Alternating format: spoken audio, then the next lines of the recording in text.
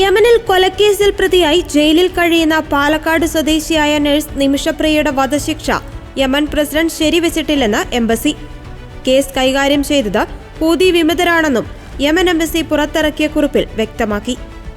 നിമിഷപ്രിയയുടെ വധശിക്ഷയ്ക്ക് Yemen president അംഗീകാരം നൽകിയെന്ന റിപ്പോർട്ടുകൾ പുറത്തുവന്നതിന് പിന്നാലെയാണ് റിപ്പബ്ലിക് ഓഫ് യമന്റെ ഇന്ത്യയിലെ എംബസി ഇക്കാര്യത്തിൽ വ്യക്തത വരുത്തിയത്. യമൻ തലസ്ഥാനമായ സനയിലെ സെൻട്രൽ ജയിലിലാണ് നിമിഷപ്രിയ ഇപ്പോൾ ഉള്ളത്. ഡൽഹി ഹൈക്കോടതി അനുമതി നൽകിയതിനെ തുടർന്ന് അമ്മ പ്രേമകുമാരി ഇപ്പോൾ യമനിൽ ആണുള്ളത്. മകളുടെ മോചനത്തിന് വേണ്ടി എല്ലാവരും സഹായിക്കണമെന്ന് അവർ കഴിഞ്ഞ ദിവസം ആവശ്യപ്പെട്ടിരുന്നു.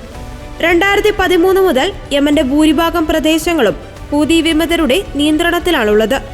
സർക്കാരിനെ അട്ടിമറിച്ചാണ് ഇവർ സനയുടെ ഭരണം പിടിച്ചെടുത്തത്. സൗദി അറേബ്യ ഉൾപ്പെടെയുള്ള രാജ്യങ്ങളുടെ പിന്തുണയുള്ള ഔദ്യോഗിക സർക്കാർ ഏദൻ നഗരം കേന്ദ്രമായിട്ടാണ് നിലവിൽ ഭരണം നടത്തുന്നത്.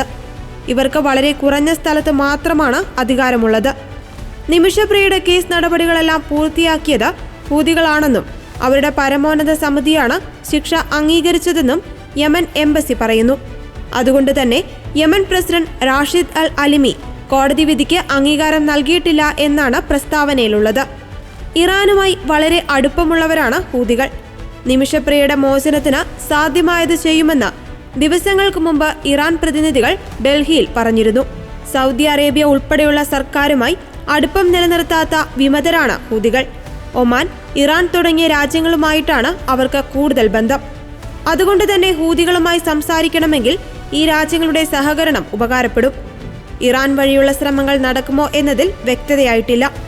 സാധ്യമായ സഹായം ചെയ്യുമെന്ന് കേന്ദ്ര വിദേശകാര്യ വക്താവ് രൺധീർ ജയ്സ്വാൾ കഴിഞ്ഞ ദിവസം പറഞ്ഞിരുന്നു.